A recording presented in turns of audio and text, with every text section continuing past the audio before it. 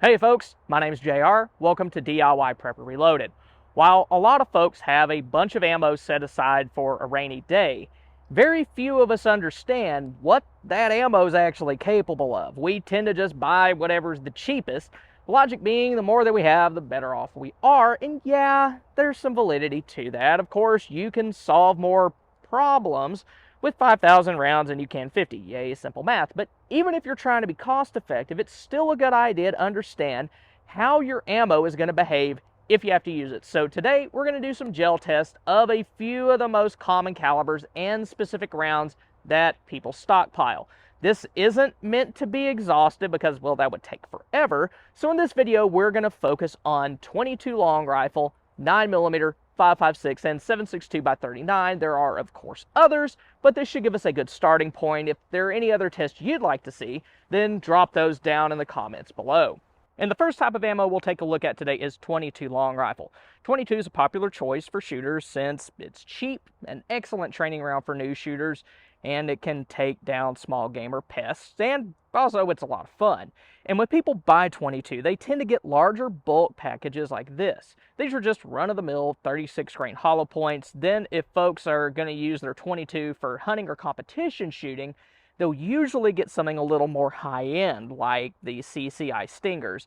But how much of a practical difference is there between the bulk rounds that cost just under 8 cents each and the Stingers that cost around 20? Should you set aside some of your ammo budget for the hollow points, or is the difference small enough that you'd be better off just getting more for less? So first, I'm going to load up my Ruger 1022 with one round from the Federal Bulk Pack, and we'll see how it does.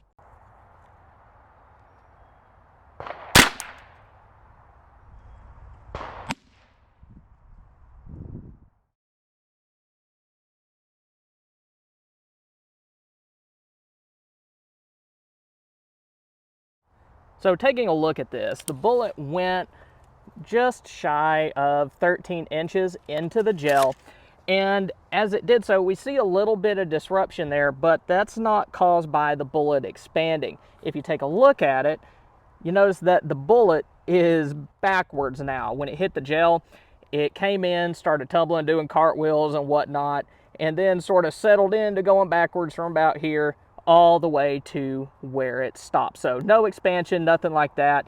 It did shed a few small pieces as it went through, like I see one there, and then I think there's another one down closer to here. I can't really see it because of the lighting, but I did a minute ago. But it did go pretty straight as it went through, but it kind of started to curve a little bit until it stopped.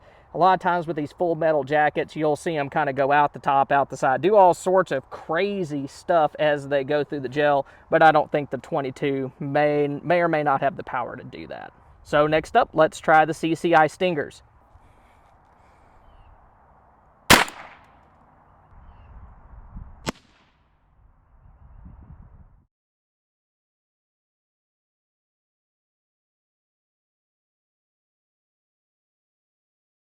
So as you can see, the performance of the Stingers was very different from the bulk rounds.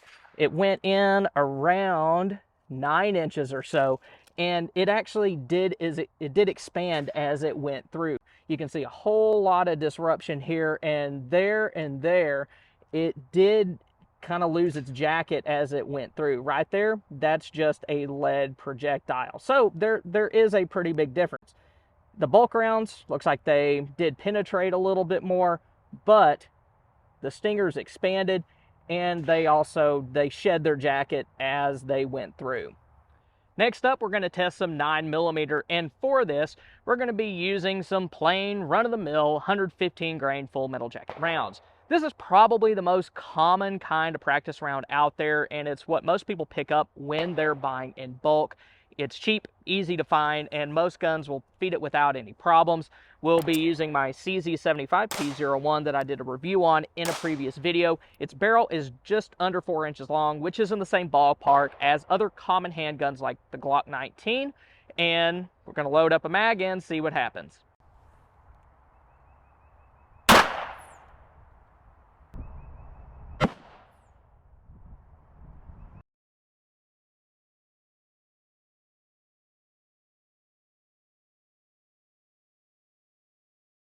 Okay, so just for the sake of full disclosure, I actually did 2 rounds with the 9mm. I wasn't real happy with how low the first one went, and from my angle, it shows that that first one down at the bottom went around 27 inches, and the one up top went around 24 3/4. So first, right off the bat, that's pretty inconsistent there. And then also, as you can see from this wound channel on the bottom, it's almost pretty much non-existent. This thing just went straight through like a laser beam and didn't really cause any sort of a permanent wound channel at all. And then this one, a little bit higher up, it looks like it did tumble a little bit. It didn't expand or anything. That bullet is in the exact same shape as it was when it was fired out of the end of the muzzle. So it probably turned, tumbled a little bit, settled down, and then stopped about right there. So as you can see, these full metal jacket rounds, they're gonna penetrate quite a bit. They're gonna go through a lot, but they're gonna be inconsistent, and they're probably not gonna do a whole lot of damage on their way through. I mean, you don't want to get hit by that, but let's try out something a little bit spicier. Next, we're going to step it up a little bit and try out some Speer Gold Dot 124 grain jacketed hollow points. People don't tend to stockpile a whole lot of these since they're a lot more expensive than the practice rounds that we just shot a minute ago. But it is a pretty common load for personal defense and also law enforcement. So let's see how big of a difference there is.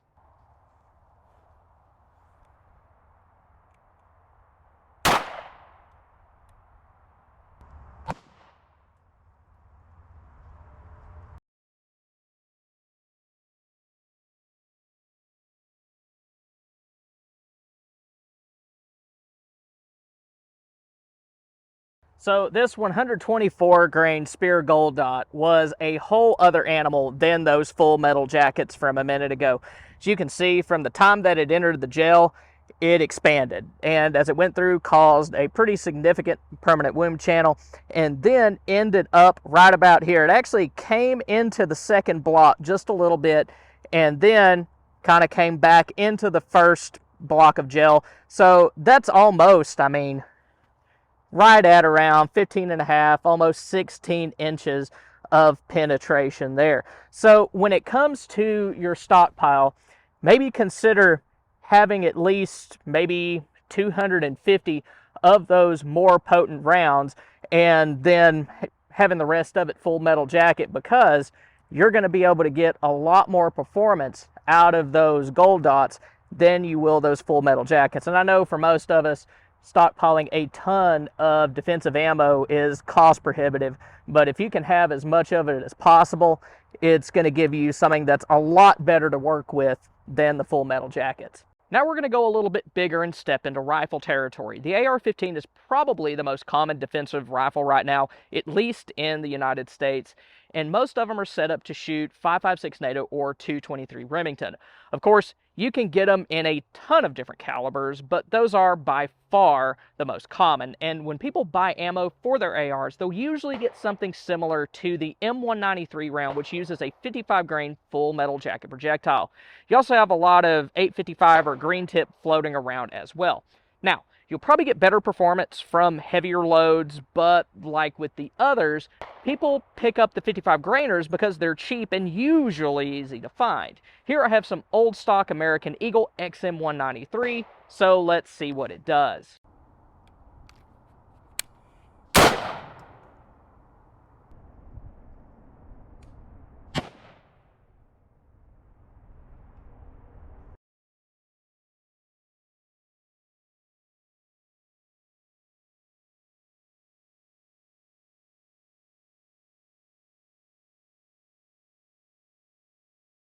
So this, ladies and gentlemen, is the difference between a rifle round and a handgun round. And this is, I mean, this is cheap rifle rounds that we're talking about here. So it did exit out of the top, but it exited around 13 inches in, but from around really the 3.5 inch to about 11 inches, you have a pretty significant wound channel. And what causes that, at least with this 223 round, or sorry, 5.56 round, is that you have a very small round going at a very, very high velocity. And when it hits gel or tissue, anything like that, it's pretty much just gonna come apart. It dumps all of its energy very, very quickly. So, I mean, even if you compare this kind of cheaper handgun round to your more expensive pistol round, like what we showed a second ago, it's gonna do a significant amount of damage. And the last thing that we're going to take a look at today is the 7.62 by 39 round. Most people who stockpile this are either going to be shooting an AK-47 or an SKS like what I have here. Like the 5.56, this is considered to be an intermediate cartridge, but it has a much larger projectile. While what I showed a minute ago was a 22 caliber 55 grain bullet, these 7.62 by 39 rounds are 30 caliber, with the most common weights being around 122 to 124 grains. The plain Jane load that we have here should be a little more potent up close than the standard 55 grain load for the AR, but it won't reach as far. So let's give it a shot.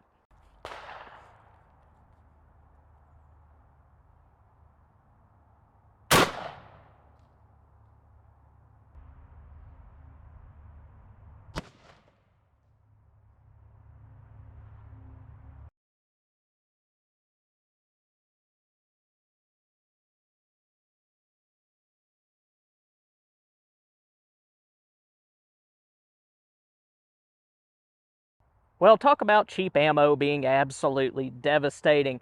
That 7.62 by 39's wound channel was just significantly larger than the one caused by the 223, both in width and in length. I'm not entirely sure where it exited the gel, but I probably should have shot a little straighter on, but came all the way through here, and then, man, I'm still not sure, because those are the wound channels from the pistol rounds that I fired a minute ago. But just, I mean, just absolutely devastating from this 7.62 by 39 round. So if you are stockpiling rounds for an AK or an SKS, you probably don't have to feel too bad about buying the cheap stuff if you can still find it. Now, I did a review of this SKS a couple of weeks ago, and if you want to check that out, then click here. Or if you want to see the things that could ruin your ammo stockpile, then click here. Thank y'all for stopping by. Y'all have a good one.